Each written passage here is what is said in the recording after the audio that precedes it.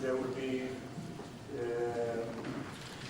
too much handwriting, because I have to prepare some of the data just yesterday evening.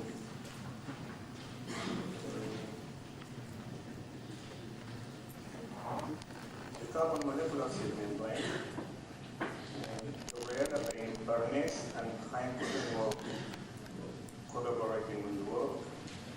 Carbon membranes incorporated is a member of Klal conglomerate in Israel. There are two ways to make, to perform separation using porous materials. One is carbon absorbance, one is by absorption, and the other is by membrane separation.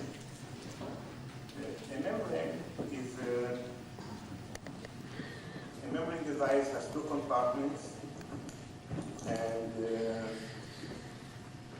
you have A, which is more permeable than B, and you have pressure, feed pressure higher than the permeate pressure, and you have feed with two exits. One is rich in B and the other is rich in A, and this is very, very simple. Having this in mind, and knowing that porous carbons are basically prepared by carbonization of organic residues, it was very simple to come to the idea that if you carbonize or pyrolyze a non-melting polymer, you will end up with a non-melt with the carbon membrane having the same configuration as the polymer. So if you start from a polymer membrane or polymer thin sheet, you end up with a carbon membrane, which is as simple as that. Too simple, but it has not been made until we made it in 1980.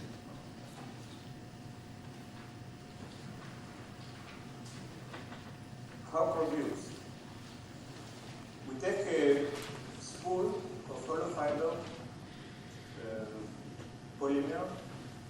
It is in hollow fiber configuration because the carbon membrane sooner or later is going to be brittle, so it's not preferable to make it in flat sheet configuration. The hollow fiber configuration is well known among the membranologists. It has one of the advantages that it is self-supporting against pressure differential. Flat membrane has to support it on a porous substrate. And the other advantage is that it's very, very high packaging of membrane surface area to module volume. So we take it from a spool, we make a bundle of hollow fibers, we put it in a quartz tube, we put it in an oven, very isothermal tubular oven, and we apply pyrolysis, which is basically programmed heating to a few hundred degrees C, and controlled non-oxidizing atmosphere. Doing this, we end up with a bundle of carbon fibers, which if I have time, I'll show it to you. I'll show it a photo of it later on. This carbon membrane, as prepared by merely carbonization or pyrolysis in the inert atmosphere, has some permeability to hydrogen and has some selectivity versus other advantages.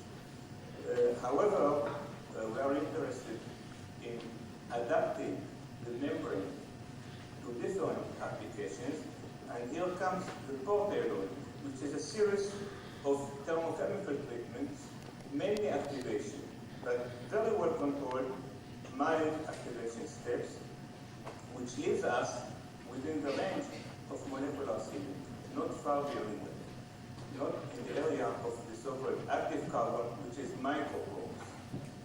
We stay in the alpha microporous region by just very careful controlled activation steps, and some other steps as well, that which I may come over later please. Then comes the module assembly, which is basically potting. You have to separate one side from the other. Sooner or later, you have to use some kind of glue or epoxy to separate the two compartments of the membrane. In the hollow fiber configuration, it is much the same as a tubular heat exchanger, whereas you have many tubes in a larger tube, and you have tube sheets, which are the flanges from which the connections to the inside of the tubes, in our case to the inside of the hollow fibers, is made. Our hollow fiber in diameter is something like, after carbonization, it's something like 160 microns in diameter. The main applications, the classical applications for membranes for gas separation, which is basically a technology which is very young. It emerged at the late 70s when Monsanto came up with the first commercial membrane for rectifying the hydrogen-nitrogen ratio in one of their ammonia plants. The classical separation with membranes in general, and with carbon membranes as well, is air separation, hydrogen from hydrocarbon, isomer separation, carbon dioxide, methane, which has to do with natural gas, which are very rich. Some of the natural gas sources are very high on carbon dioxide. Then it is more unique to the carbon membrane, of course, that we can operate it at high temperatures. In fact, so high that the limit is either the protein material, the epoxy or whatever else which is separated in two sides of the membrane, or the stability of the gas that you want to separate. If you want to separate the hydrocarbons, olefins, and so forth, it may be that the stability of the hydrocarbon or the olefin which sets the limit of your temperature that you can work with. However, in high temperature, there is a lot of interest in separating the hydrogen from CO into water gas shift reactions and so forth. Cryomembrane, we can perform the separations with the carbon membrane at very low temperatures, which is impossible in polymer membranes, because in polymer membranes, the diffusion process is basically activated. The mechanism of permeation in polymer membranes is dissolution diffusion. And diffusion is thermally activated. And when you go down in temperature, diffusion falls off by orders of magnitudes, which basically you don't have membrane anymore. In the case of molecular seal membrane, which is carbon and includes also recently formed zeolite molecular seal membranes, the mechanism of permeation is pore permeation. And if you cool down to cryogenic temperature, the pores are still there and the separation process can further proceed. I'll speak a little bit more about that after I will show some of the mechanistic aspects of the membrane. I will devote a little bit of time to this kind of graph, which is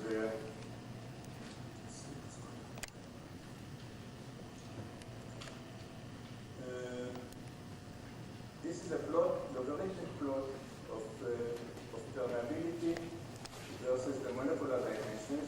Don't argue with me too much about how I put this scale, but basically we can use, if we work at high temperature, at 200 degrees C, we can neglect the effect of absorption on the permeability, and basically we can use the molecular sizes as a scale of pore size. Whichever molecule permeates, and if you have another molecule which does not permeate, it means that your pore size is mainly between this and this molecule. So here we have helium and hydrogen and helium, neon, oxygen, argon, nitrogen, and xenon. This is xenon. It doesn't show here not clearly, but this is xenon. I would like to shrink, I think, this scale rather than this one is more correct, and there has been a lot of discussion yesterday about what it is at the molecular dimension. I will refer to this later on. What we see on this graph, this is just an accumulation of the permeability data, which is very typical this kind of membrane. It is for the same membrane with cumulative activation steps. So we start from this situation, which is the adhesive membrane with some deposition of carbon by CVD of hydrocarbons. So it is the most closed structure molecule, the most closed structure membrane configuration. And we can see here that we have hydrogen permeability of about 200 liters per square meter per bar per hour, and that of nitrogen is is more than 200 times less. The vertical axis is basically, since this is a logarithmic scale, the vertical axis is basically a measure of selectivity. This distance is a measure of selectivity. Now, at 200 degrees, as I said, there is a negligible absorption effect. I'll speak later on what we mean by absorption effect. And we see that when we activate stepwise cumulative steps of activation, we end up with higher permeabilities and lower selectivities. Okay, here we have the highest hydrogen nitrogen selectivity, and here we have the lowest hydrogen nitrogen selectivity, which is probably about 20, something like that, and here is that which is about 200. So what you see that permeability drops for increasingly larger molecules, okay, and for xenon, it drops much more. In fact, on this series we have CF4 and SF6 as well, but in all these cases, the permeability was immeasurable. We have permeability growth upon activation, which is kind of obvious, but the growth of permeability for increasing larger molecules, this is the essence of molecular segregation.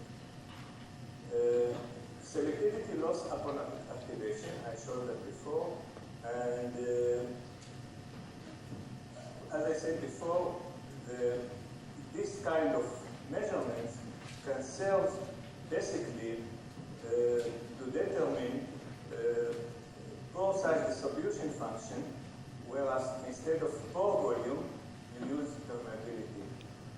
And this should be considered as a reliable method as long, again, as absorption effects are negligible, which means you have to work at enough high temperatures.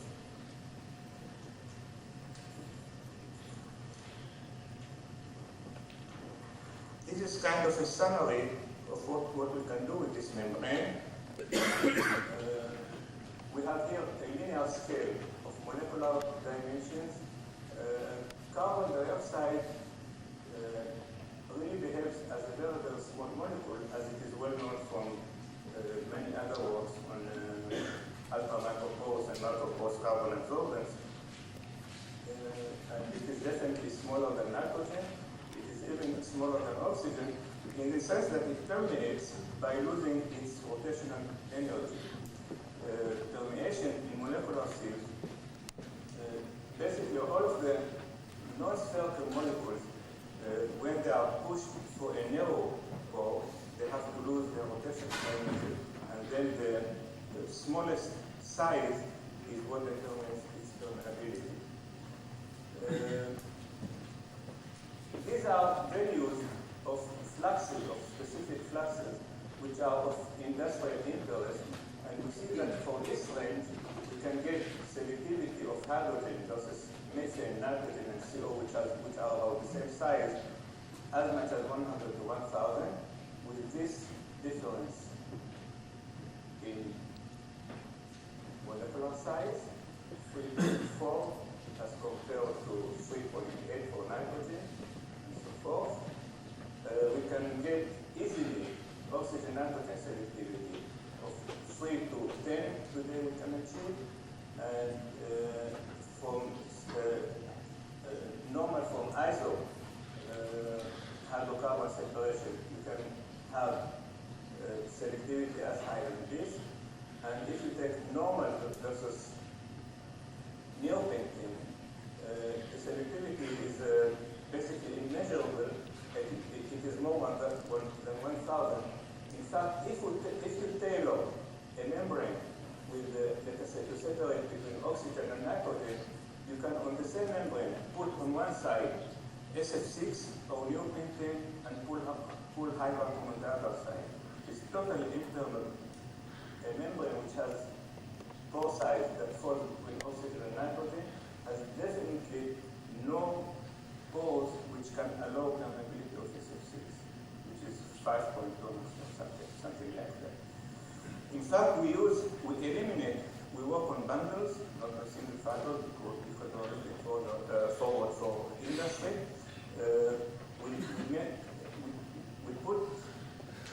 We use this method.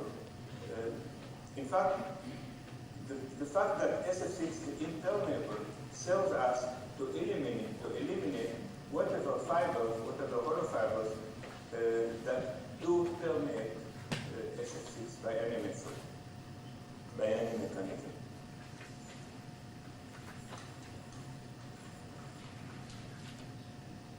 I'll speak a little bit now about what.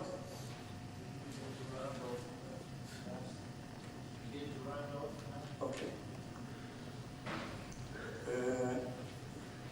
Well, I'll skip them for a few graphs about the mechanism of permeation.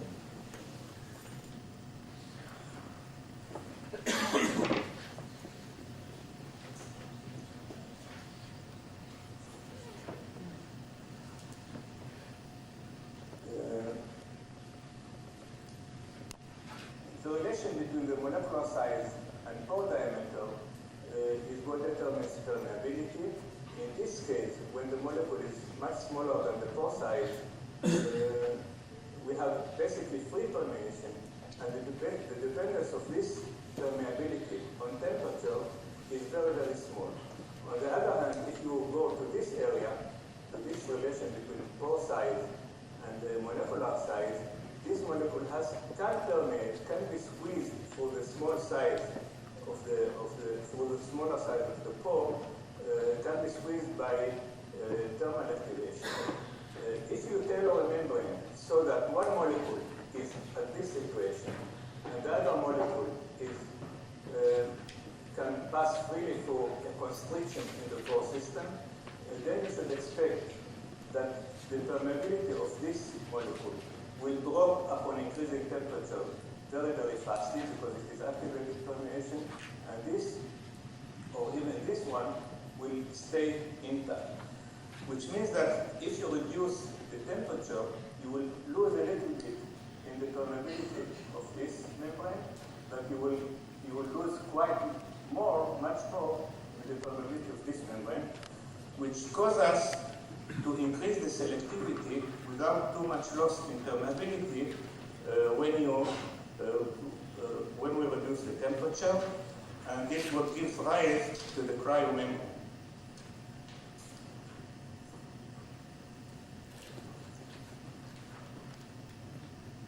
So here we are. We take oxygen, argon, permeability, and selectivity.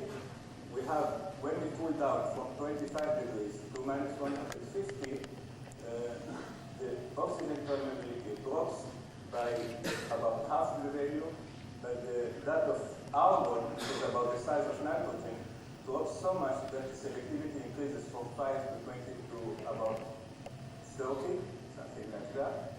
In this range, for minus 150 degrees C, which means that this rise in selectivity is just tremendous, and it is very, very important and very unique to the carbon membrane. I am sorry that I didn't have too much time to elaborate about that temperature dependence. Probably I would like to show you just another graph.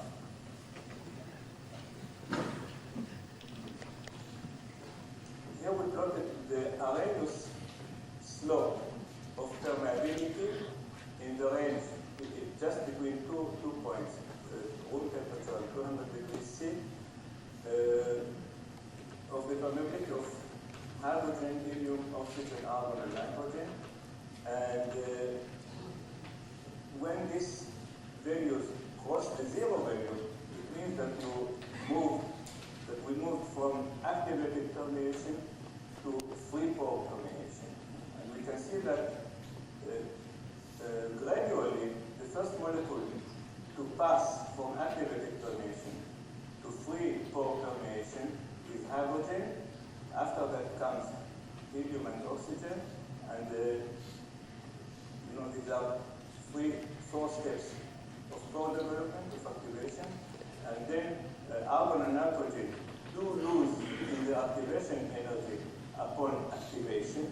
From this to this is more activated, this is less activated, but still does not invert the mechanism of permeation. I think this behavior just tells us that we are really changing, upon activation, changing mechanism from pore permeation, from free pore permeation to activated pore permeation, whereas a molecule is squeezed through a very, very narrow pore. Thank you very much.